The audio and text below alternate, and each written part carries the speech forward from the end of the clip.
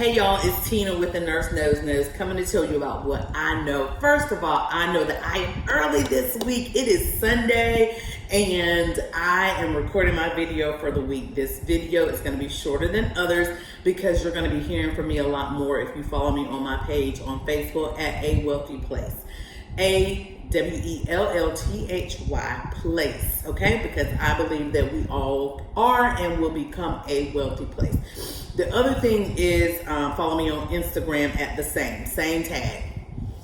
So I went to work out today on a Sunday. That's not my norm, but I am serious. I love my hair. I've gotten to where I can maintain it. And that was the goal in the beginning. And so I made my mental and emotional changes. I've chosen me, so I feel great. And so, yeah, I feel like I'm back on it. So I am going to be doing a wellness challenge support and accountability group. Follow me on Facebook on my page. We are going to go live on October the 1st. Okay, it's going to be 4 weeks. I'm thinking about making it 6 weeks. I want to give us enough time to get started and make progress, but I don't want to make it too long to fall off. I did a 12 week group before, and I kind of felt like kind of in the middle there was a little lull and people started to fall off and started to reverse some of the goals that they had committed to. So this is going to be probably 4 to 6 weeks. Okay. A lot of accountability. If you're not local, don't worry about it. Then you can still join. It's going to be for the low fee. Yes, you are going to have to pay. That's hard for me. But you are going to have to. Statistics show that those who make an investment are more likely to stay committed, stay engaged, and see results. Look it up. I'm just not pulling your leg. Okay. So this week I'm going to talk about the importance of being honest with yourself about where you are and what you're doing. Some of it is a deficit in knowledge that you don't know. Some of it is that you have made some improvements, and so we like to celebrate a whole lot on our improvements and kind of toss everything else to the side that we need to work on. But some of it is just picky eating. Like you decide to focus on what you are doing and you totally ignore those things that are not good for you that you are doing. And the harm in that is that if you don't have a realistic and honest view of where you are and what you're really doing to sabotage your own goals, then you will never reach those goals. And so some of us get to the point where we not only hide those things from ourselves, but we hide them from others, or hide from others and hide from ourselves. So I'm going to tell you a little story, no shade here. We're going to call this person, what are we going to call him? A friend of the family. We'll call him a coworker. We'll call him whoever you want it to be. So I was having a conversation with someone, coworker, okay? And I take goodies to work all the time. When I bake and people who are not minding their business, think that I'm eating all of that stuff, I am not. I usually bake it. I have more than a half a cake sitting on my counter right now that I'm getting ready to throw in the trash that I made last weekend. We eat what we want and we take away the rest. I did not work for most of the week, so I didn't take it, but usually I'll bake. I'll leave a slice or two here and I'll take the rest to work and give it to my team. So I've been taking these desserts. I know my teammate had been had a desserts, like, you know, we talk about stuff all the time. And then they came to me on Monday and said they were doing good. They did good all weekend. And I was like, no, you didn't.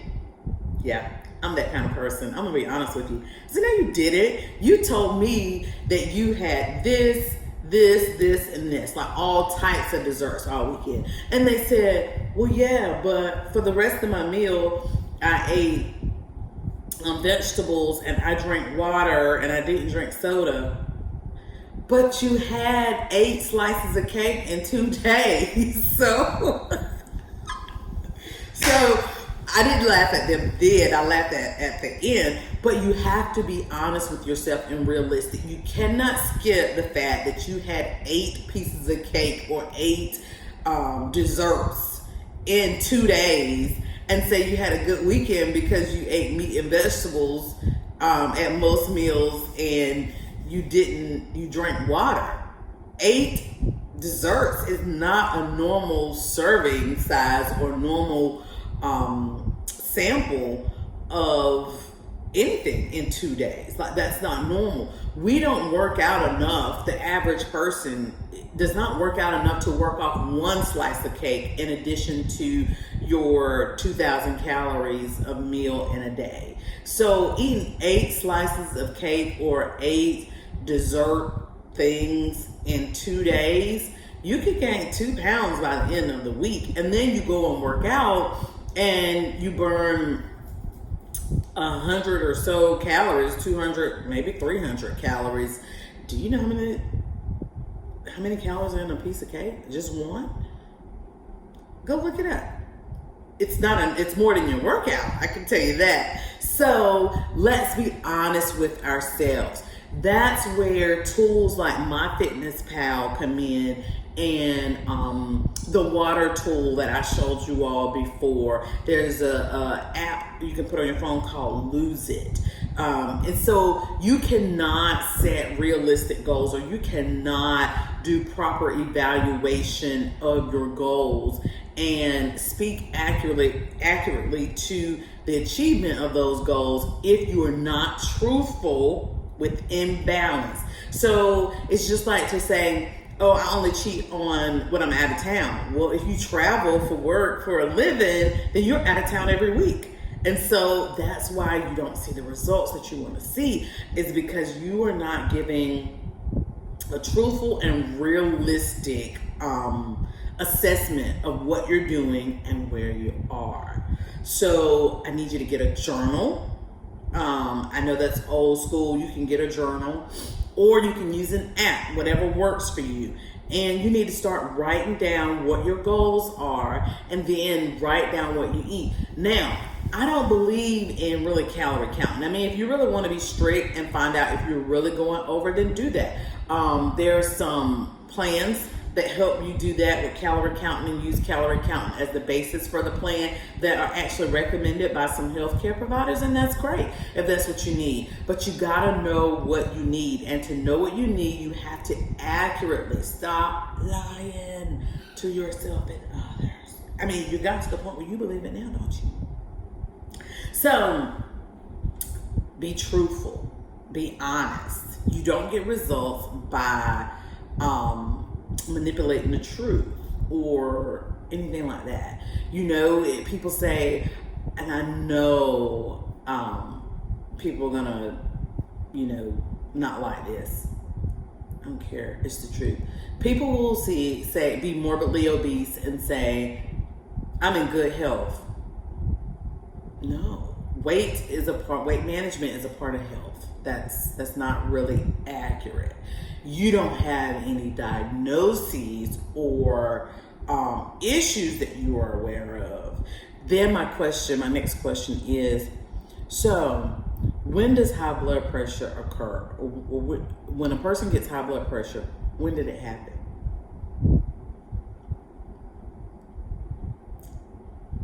And I wait, because you don't take your blood pressure every day. The average person does not, unless you already have high blood pressure. Well, the average person doesn't. Once a week is a gift. And then most people just do it when they start to feel bad, or they start to wonder what something's wrong with them. You don't know day to day, minute to minute, month to month what your blood pressure is. So you don't know if you have high blood pressure or not. So you can't accurately say how great of a health, or what the impact of certain things like your diet or your weight is on your health. So if you know that your diet is shabby, then let's not just go around professing great health. just say I don't have any issues to report. So those are things that we need to take a closer look at and a deep dive as to what is actually the truth versus what is actually our perception of where we are. Those are two totally different things, okay? I know I probably just shook some of you all's faith, and it's okay. I'm here to do that because I want to challenge you to be your best, to do your best, and to reach all of your goals, okay? I stopped putting on things that I was in. I never put great shape. I've never checked that. Like even as in my smallest size or my lowest weight, because even then I probably was not exercising in the recommended number of times a day. So I could have had something, or I was not being attentive or strategic about what I was eating. It just happened that whatever was going on at the time, I was at a good weight. So now I don't check that. I check there because I have gained weight that I know I needed to lose, that it was impacting me. And I know that although I don't have high blood pressure, that my blood pressure got a little bit higher than my normal, which is pretty low. So I consider those things. So I take my own advice. I don't tell people I'm in great shape when I know that I'm not, and I haven't been doing the things that would indicate that I'm in really good health, okay? But I'm here to get back on my game. I'm working hard at it, and I want you to do the same. So until the next time, this is Tina, and what this nurse knows is that you need to use the tools that will help you get a realistic, honest, truthful picture of where you are with your wellness. And that way you can develop an accurate plan. Be honest with yourself. Stick to your goals, but be honest about where you really are. And the more honest you are, then the more you'll be able to achieve your goals. Okay? This is Tina signing out. And don't forget, go check A Wellthy Place, AWELLTHY Place page on Facebook and Instagram, and join our challenge for the next month. Starts October the 1st. Until next time, see ya!